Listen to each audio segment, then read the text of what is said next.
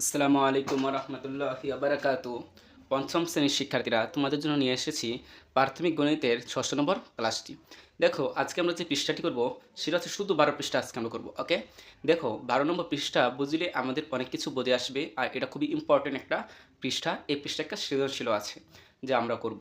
দেখো এই ষষ্ঠ ক্লাসটি আমাদের, আর সেটি ভিডিও সিরিজে। আমরা চলে যাই। দেখো আমরা আগে আমাদের ভাগ বা গুণ করার আগে আমরা কিছু প্রসেস জেনে নিই।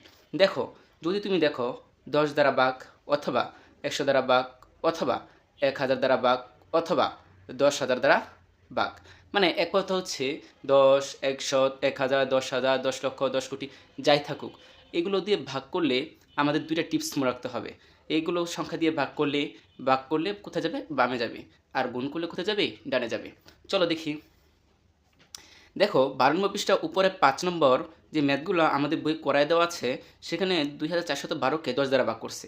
ভাগ করার পর এখানে একটা জিনিস পেয়েছি, দেখছো? এটা আমার কি? ভাগফল। এটা আমার কি? ভাগফল। আর এটা আমার কি? ভাগশেষ।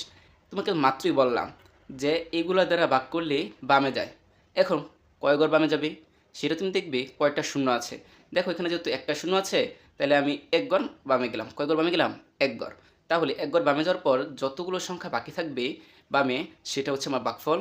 আর যেটা যত ঘর আমি বামে যাব সেটা আমার কি? ভাগশেষ। ওকে, ঠিক কয়টা দেখো, ৩,২৬৪ ভাগ ১০০, কয়টা শূন্য? দুইটা। তাহলে তুমি দুই ঘর কোথায় গেলে? বামে গেলে। দুই ঘর বামে যাওয়ার পরে আমার বামের সংখ্যা রইল ৩২, এই জন্য ৩২ আমার ভাগফল। আর কয় ঘর গেছি? দুই ঘর, এই জন্য ভাগশেষ আমার কি? ৬৪। ঠিক পরেরটা ক্ষেত্রে একই রূপ হয়েছে। তবে এখানে একটা কথা মনে রেখো, আমাদের নৈবেতিক আসে যে নিচের কোনটি সঠিক। ওকে, তো দেখো নিচের কোনটি সঠিক। তুমি একটা জিনিস লক্ষ্য করো, আমার ভাজক যাই থাকুক না কেন, ভাগশেষ ভাজকের থেকে কম হয়। কি হয়? কম হয়, তাই না?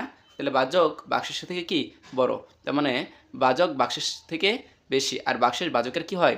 কম হয়। ক্লিয়ার?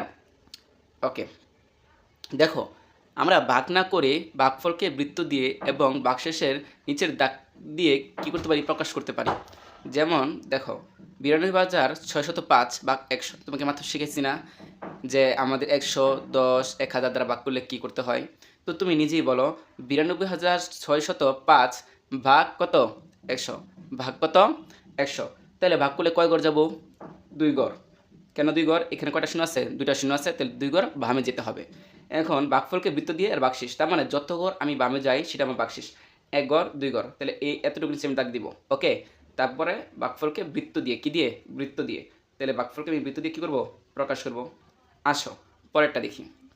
৬৭,৬৮০ ভাগ ১০, তাই না? যেহেতু ভাগ ১০, তাহলে একটা শূন্য, তাহলে আমি এক ঘরের নিচে কি দিব? ভাগশেষ দাগ দিলাম।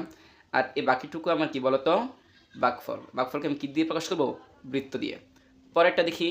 ৭২,৮৩২ ভাগ ১০০, তাহলে দুটা শূন্য, দুই ঘর নিচে আমি দাগ দিব, এটা আমার ভাগশেষ।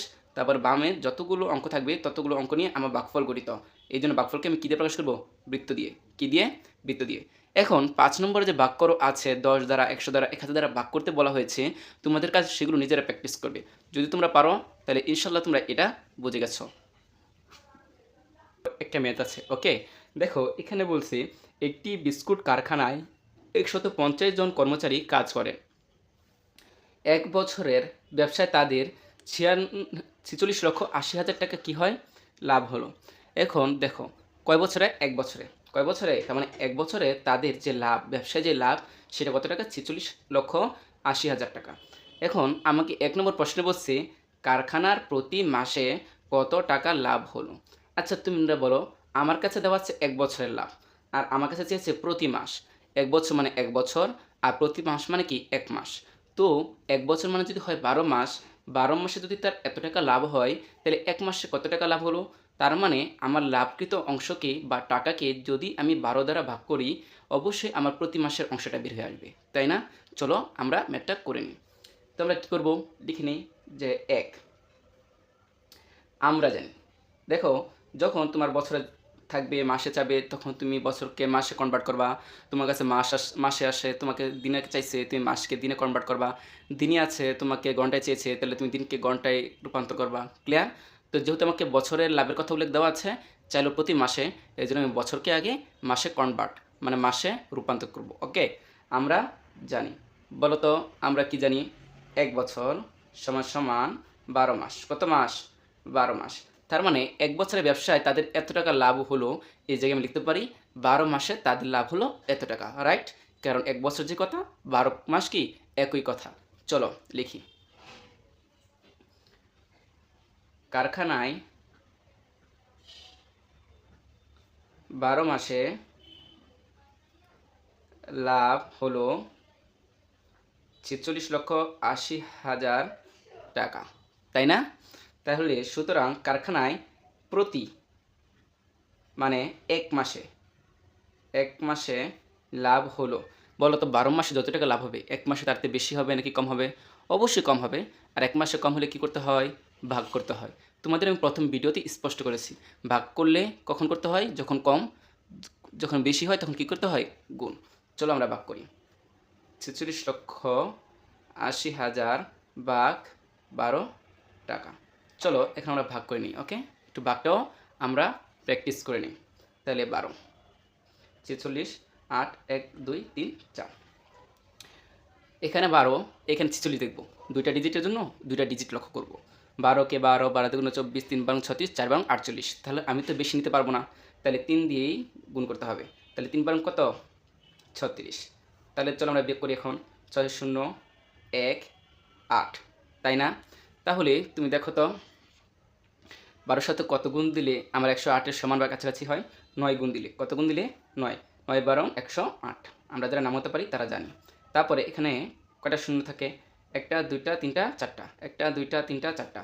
এই 4টা শূন্য তুমি সরাসরি এখানে বসে দিতে পারবে। ওকে, 1 2 3 4। কেননা একটা করে শূন্য নামলেই আমি 12 সাথে শূন্য গুণ দিয়ে কী করতে হবে? গুণ করে বসায় দিতে হবে। তাহলে আমার কত আসছে বলো তো?